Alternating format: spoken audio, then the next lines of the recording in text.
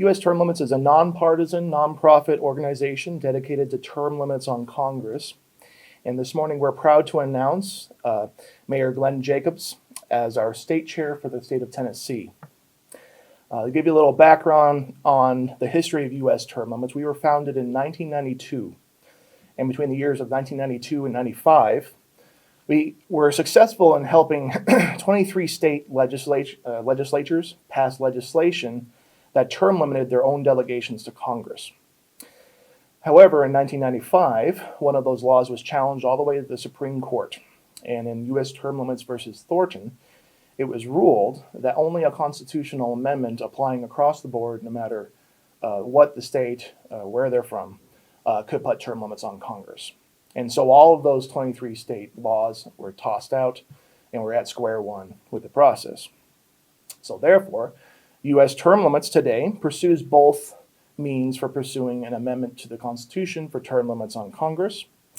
We have a resolution, or rather an amendment proposal that's filed in Congress that seeks to the same end, as well as through the states. Under Article 5 of the Constitution, the states can come together for the purpose of proposing an amendment to the Constitution on an agreed upon topic, in this case, term limits. And so we know that from the mayor's passion on the issue of term limits, he loves this issue. He's very passionate about it. He speaks like we do about this issue.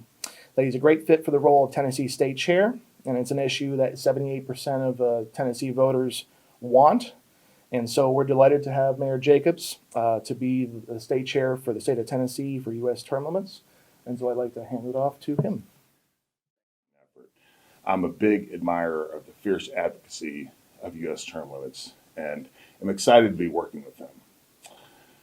America is divided as never before, but I think there's one thing that we all agree on, no matter our politics. Congress is broken, and there doesn't seem to be any way to fix it. Instead of citizen legislators who give up a few years of their life to serve their neighbors, too many people in Congress make it a career. They spend years enjoying the perks, accruing more power, and serving only special interests. The results are a mountain of debt, mismanagement, bureaucracy, and red tape.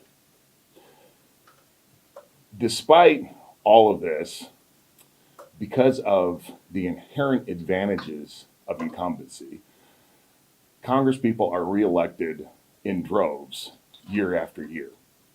And even though term limits enjoy overwhelming public support, we know that Congress is never going to term limit themselves. My good friend, Congressman Burchett, who is a signer to the Term Limits Pledge and a co-sponsor of term limits legislation, is a rare exception to that rule.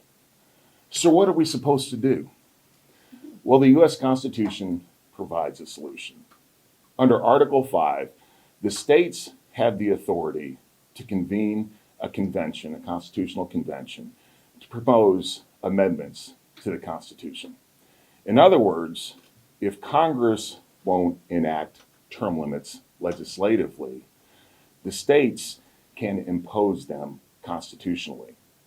Thus far, 4 states have already passed legislation calling for a constitutional convention: Florida, Alabama, West Virginia, and Missouri. Our goal is to make Tennessee the next state to join this list. Fortunately, the good news is that we're already partway there.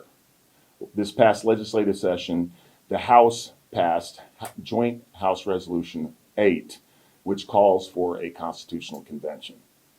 The next step is for the Senate to vote on that resolution next year. Once that's passed, Tennessee will become the 5th state out of the 34 necessary to call a constitutional convention, and state delegates, through its state delegates, can amend the Constitution to term limit Congress. So I'm extremely excited and look forward to working with U.S. Term Limits and other elected officials here in Tennessee over the next several months to build support for what I believe is crucial legislation.